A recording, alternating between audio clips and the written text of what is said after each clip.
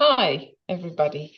Sari, it's good to be in conversation with you about supervision. And we've been doing that for a while now together, which has been an absolute delight to be, um, I don't know, to provoke each other and to really deepen our understanding and our differences, even about how we look at supervision and why we love to do it, actually. Yes. Um, in these recordings, we are talking about different topics. Um, but before we are going to the topic that we want to say something about today, um, you and I are going to deliver a course in supervision, and we're very glad and proud that it's an EMCC accredited course to become a supervisor. Um, so all the work that you've done for that, that's brilliant. And on May the 22nd, we're going to present a webinar together from 9 till 11 Central European time. Everybody's welcome. Yes. So if you want more information, you can look at www.intactacademy.com. And we really hope that we get vital group, international vital group, to learn that that really nice profession of supervision. Yes, that's different from coaching and counseling and education. It's Definitely. beautiful, beautiful profession. Yeah.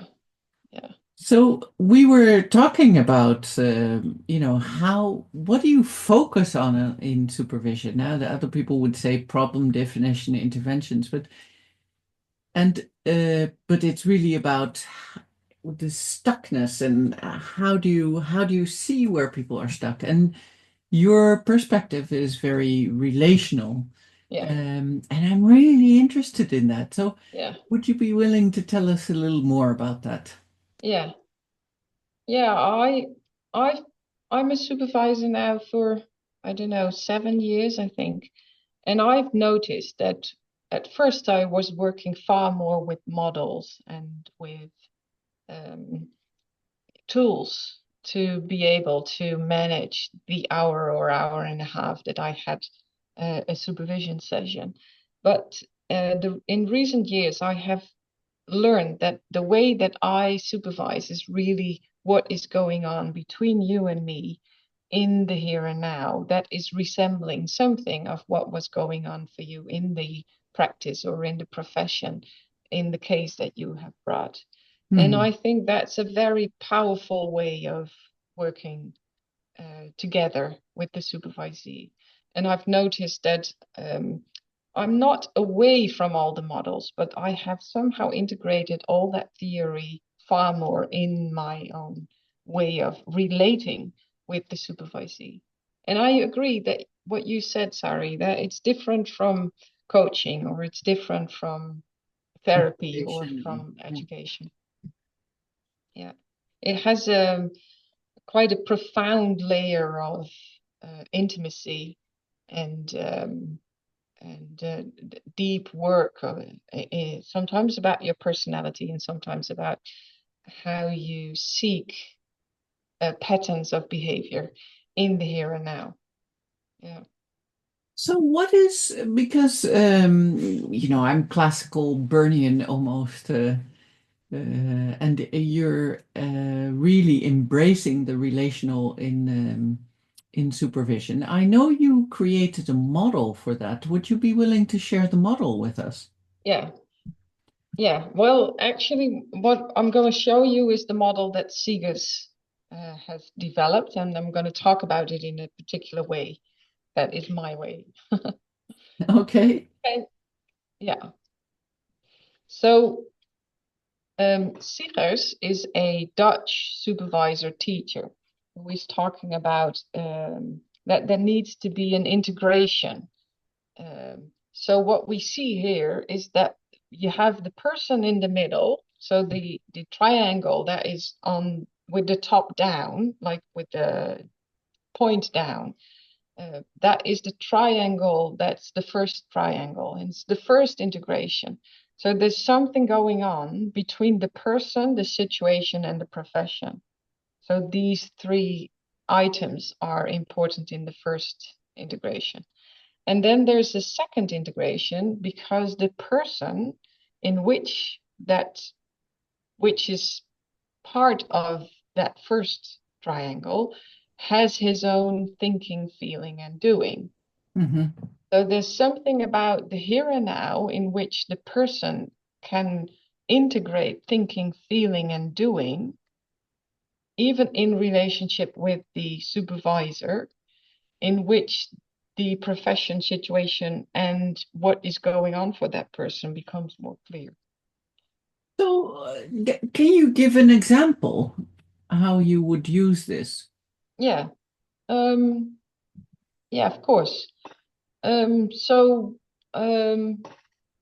I have um, I'm thinking of a supervisee that I have. Let me think about an example. One you can share. Yes, I was thinking the same thing. Yeah, I thought, oh, I have a good example from last week, but it won't be good to share that, is it? Um, Let me think. Um,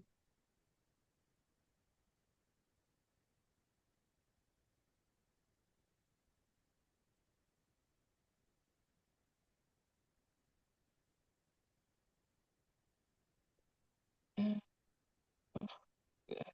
I can't.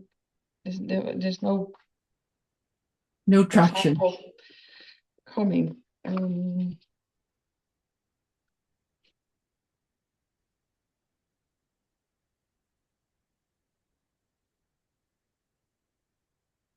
So I've been guiding a teacher in higher education, a person who has been in her role for about 7 or 8 years, I think.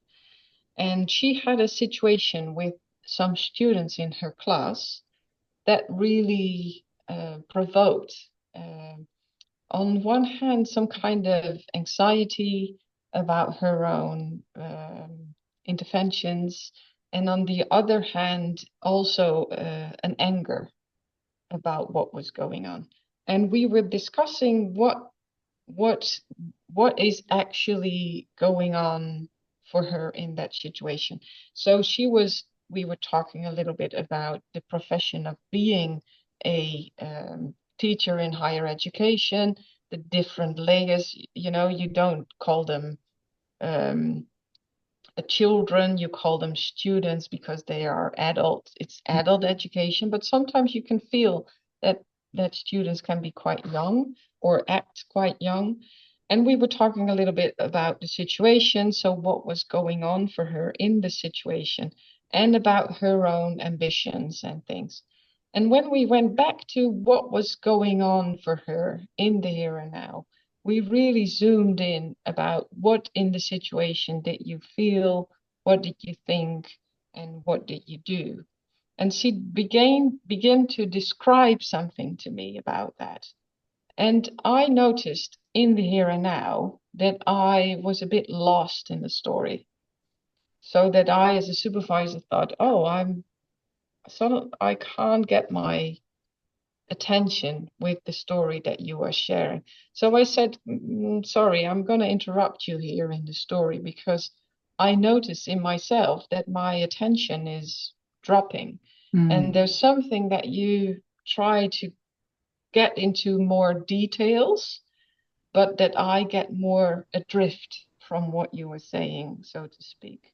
What might this tell us about what is going on? And at first, she had the same experience with me, that she was angry because I stopped her, but she Mm. was also a bit anxious about what is it that I'm not doing right if you can't keep your attention with my story.